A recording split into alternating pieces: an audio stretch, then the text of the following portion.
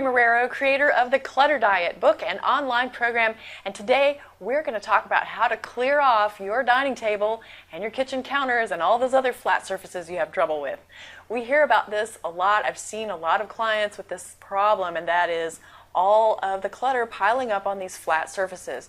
Now, in my world, we call this undesignated space. It's the idea that these flat surfaces don't have a defined purpose, so it becomes an easy place to put things here for now and create clutter. And as you might know from some of my other videos, the definition of clutter is delayed decisions and delayed actions. So I've got 5 ways today for you to clear off these surfaces.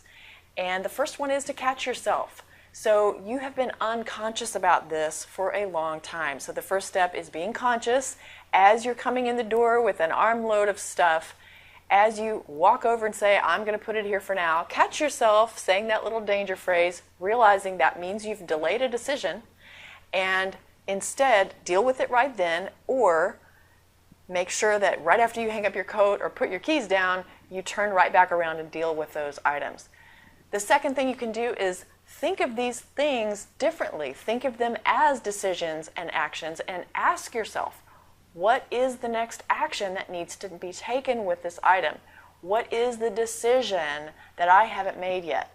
You may be looking at decisions like, do I want to donate this or keep it? Where do I want to store this?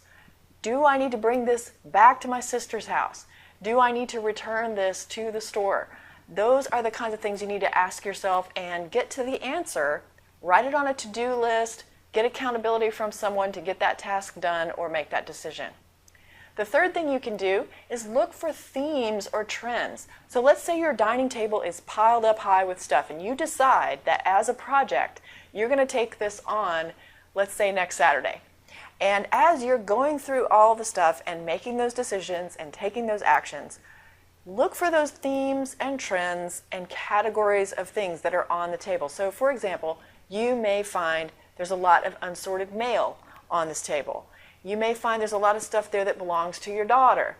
You may find that there's a lot of stuff there that needs to be returned to the stores or errands that need to be run.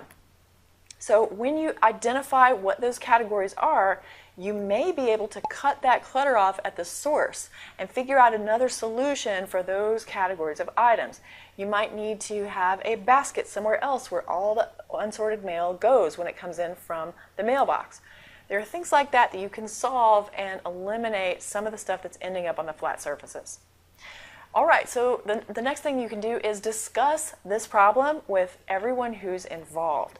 So obviously you're living with other people in your home, you've got other family members that are contributing to this problem. Once you kind of figure out what's going on with it, and maybe you have identified some of these themes and trends, you can discuss them with the other members of the family. Not in an accusatory way, not in a way that puts them on the defensive, but just bringing them in on the problem and problem solving together so that people are bought into the process and they are bought in also to the solution. So this might give you more fresh ideas, and it certainly will help with the maintenance of the space when it comes to other people's contributions to it. And then the last thing you can do is make a rule for yourself and for the family about this surface. So you may decide that this surface needs to be cleared off daily. So for me, kitchen counters, they're cleared off daily. Dining tables, other spaces that are not as crucial or often used or looked at, they could be cleared off weekly. You can decide what makes sense for your family and your home, but make those rules and start sticking to them. And at least if you pile things there for now, you'll have the knowledge that later on it's going to get cleared off on Saturday, so it's probably going to be okay.